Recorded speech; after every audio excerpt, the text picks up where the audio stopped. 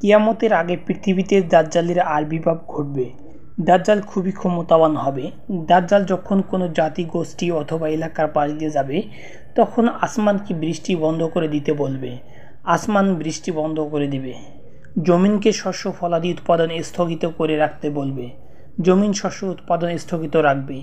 মানুষের পালিত যন্ত্রগুলো ক্ষুধার তাড়নায় অস্থির হয়ে দিক দিক ছোটাছুটি করবে।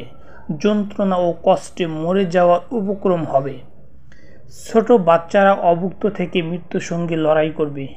আর দাজ্জাল এই সব কিছু করবে তার সঙ্গে রুটির পাড় ও শীতল পানির নদী রেখে। আবার জমিনকে আদেশ দেবে, তোমার গুপ্তধন বের করে দাও। দাজ্জালের এই সব ধোঁকাবাজি দেখে বহু নারী তাকে বিশ্বাস করবে।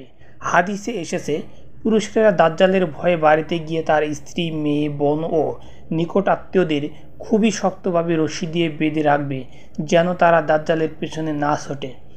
দাজ্জাল পৃথিবীর প্রতিটি নগর প্রান্তর চষে বেড়াবে। তাকে একটি গাধা বহন করে চলবে। আশ্চর্যজনক গাধাটি প্রতিটি কদমের দূরত্ব হবে 40 গজ। এক এক কদমে 40 গজ এগিয়ে যাবে। কেউ কেউ বলেছেন, গাধাটির প্রতিটি কদম গিয়ে পড়বে দৃষ্টিসীমার শেষ প্রান্তে। ফলে পৃথিবীর সময়, জায়গা ও সবখানে দাপিয়ে বেড়ানোর দাজ্জালের জন্য মামুলি ব্যাপারে পরিণত হবে। রাসূল সাল্লাল্লাহু আলাইহি সাল্লাম ইরশাদ করেছেন, পৃথিবীর যে কোনো শহর ও স্থান দাজ্জাল পদদলিত করবে, তবে মক্কা ও মদিনা ছাড়া। সাহাবায়ে কিরাম রাসূল সাল্লাল্লাহু আলাইহি সাল্লামকে জিজ্ঞাসা করেছেন, দাজ্জাল পৃথিবীতে কতদিন থাকবে হে আল্লাহর রাসূল? রাসূল সাল্লাল্লাহু আলাইহি সাল্লাম বলেছেন, দাজ্জাল পৃথিবীতে 40 দিন অবস্থান করবে।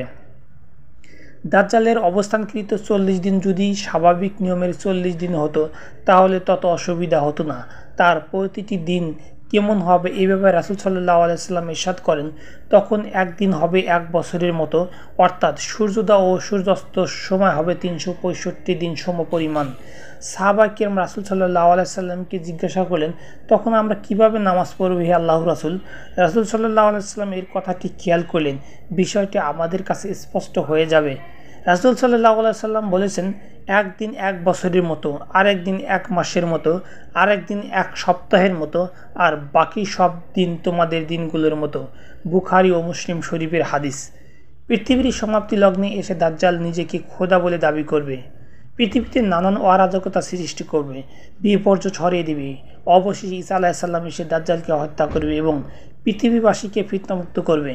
রাসূল সাল্লাল্লাহু আলাইহি সাল্লাম এর বিভিন্ন হাদিসে ঈসা আলাইহিস সালাম দাজ্জালকে কোথায় হত্যা করবে তার বর্ণনা পাওয়া যায়।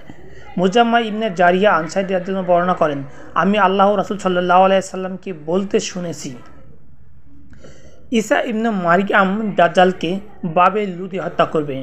মুসনাদে আহমদ হাদিস নাম্বার 420, সুনানে তিরমিজি হাদিস নাম্বার 2244।